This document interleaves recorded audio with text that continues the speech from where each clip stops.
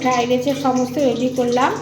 ভাত সমস্ত ভাত আজকে হয়েছে। শোনো, কালকে মেয়েকে বলছি আমি তো রাত্রেবেলা চাল দিয়ে চালটা বের করে রাখি, ভোরবেলা উঠে চালটা ভেজাই।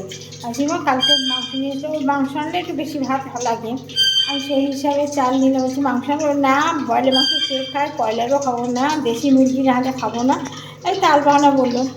এবার দেশি মুরগি কোথায় পাবো বলো, বাড়িতে পোষা মুরগিও খাবে, এখন সেটা কোথায় পাই বলো। তারপরে হঠাৎ করে সকালবেলা বলছে বাপি মাংস নিয়ে এসো, মাংস রান্না করবো খাবো। এবার মেয়ে যা বলবে সঙ্গে সঙ্গে বাপির রাজি এক পায়ে খারাপ, মেয়ের অন্তঃপ্রাণ যা বলে, আবার মেয়েও সেরকম বাপি অন্তঃপ্রাণ।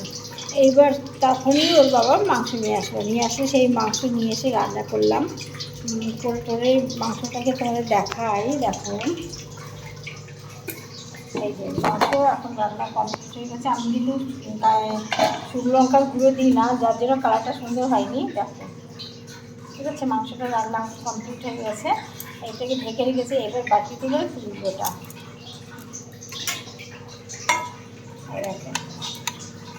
ঠিক আছে। চলো এবার ফ্রাইড রাইসে সমস্ত জিনিসপত্রগুলো সব ভাজা, ক্যাপসিকাম, বিন, গাজর, সব এলাচ, লবঙ্গ, দারচিনি যা যা দিই সব ভাজা। তারপর কী করলাম, এখন আবার ফের ভাত করলাম, ভাত করলাম করে এবার আবার বিরিয়ানির ভাতগুলো লাগবে, বিড়ালের জন্য দুটো ভাত রাখলাম। আমাদের বাড়ি রিনা, ও আবার এসব খায় না, ও বলে ঘি ভাত, ও খাবো না, তার জন্য ওকে এই ভাতগুলো করিনি। এবার আমাদের যত ভাত আছে সব ভাতগুলো নিয়ে এর ভিতরে মিক্স করলাম, চিনি দিলাম, লবণ দিলাম, দিয়ে এইবার আমি ফ্রাইড রাইস তৈরি করছি। ঘি দিলাম, এই দেখো ঘি দিলাম, এই যে ঘি দিলাম, এই খাইটে ঘি ঢেলে দিলাম, আর এই ঘিটা খাইটে ঘি আছে, এইটুকু শেষ না করলে এটা ঘিটা পড়ে থাকবে, তাই জন্য এই ঘিটা একটু গালাচ্ছি, এটাই দিয়ে দেবো।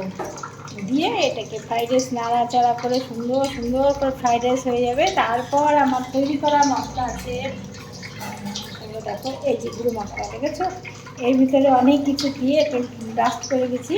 এটা হচ্ছে তোমার ফ্রাইড রাইসের জন্য কিংবা মাংস রান্না করে দেওয়ার মতো, এর ভিতরে অনেক কিছু আছে, দারচিনি বলে অনেক জিনিস আছে, 5টা এরকম জিনিস মিক্সড করা।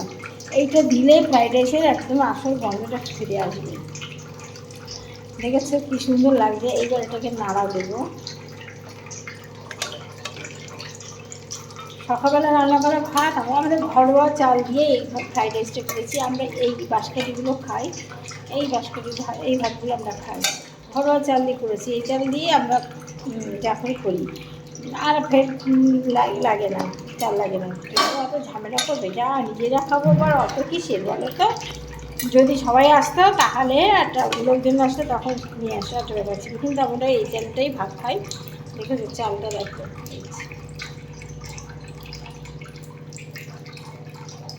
এই চালগুলো ভাত আমরা খাই। এবার এটাকে নাড়াচাড়া দেবো, একটু গ্যাস ধরিয়ে একটু গরম করবো, একটু এগুলো দিকে তেজপাতা দিয়ে দেবো। যেহেতু আমি জানি না ফ্রাইড রাইস হবে, নইলে তেজপাতাটা হাঁড়ি ভিড়ে দিতাম, কটা এলাচ হাঁড়ি ভিড়ে খেতে করে দিতাম, তাহলে ভালো সুন্দর আমি যেত। কিন্তু আমার মেয়ের জন্য সমস্ত মানে না যায়, মানে ঝিসমিস হয়ে গেছে। ও যদি কালকের বলতে একবার তাহলে তো সবই হয়ে যেত। যাই হোক, একটু যখন তেজপাতা দেবো দিয়ে আর এগুলো নাড়াচাড়া করে ওই ডাস্টটা দিয়ে আরেকটু ঘি দিয়ে এটা নামিয়ে দেবো, ব্যাস আমার ফ্রাইড রাইস রেডি। তোমরা কে কে খাবে চলে আসো। আজকে দুপুরের মেনু আমার ফ্রাইড রাইস আর চিকেন কষা। ঠিক আছে বন্ধুরা, দেখতে থাকো। আমি ভিডিওগুলো বড় করি না, ছোটো ছোটো করি, তোমরা পুরোটা দেখো। আর একটু কমেন্ট করে যেও, একটু লাইক দিয়ে দিও, ঠিক আছে। সবাই আমার পাশে থেকো, ঠিক আছে, সাপোর্ট করো, আমি সবাইকে সাপোর্ট করবো। তোমরা আমার ভিডিওগুলোতে কমেন্টগুলো করে দিও, আমি তোমাদের সেই কমেন্ট ধরে তোমাদের ঘরে চলে যাবো, গিয়ে তোমাদেরকে সবাইকে ভালোবাসা দিয়ে আসবো। ঠিক আছে, রাখলাম, ভালো থেকো সবাই।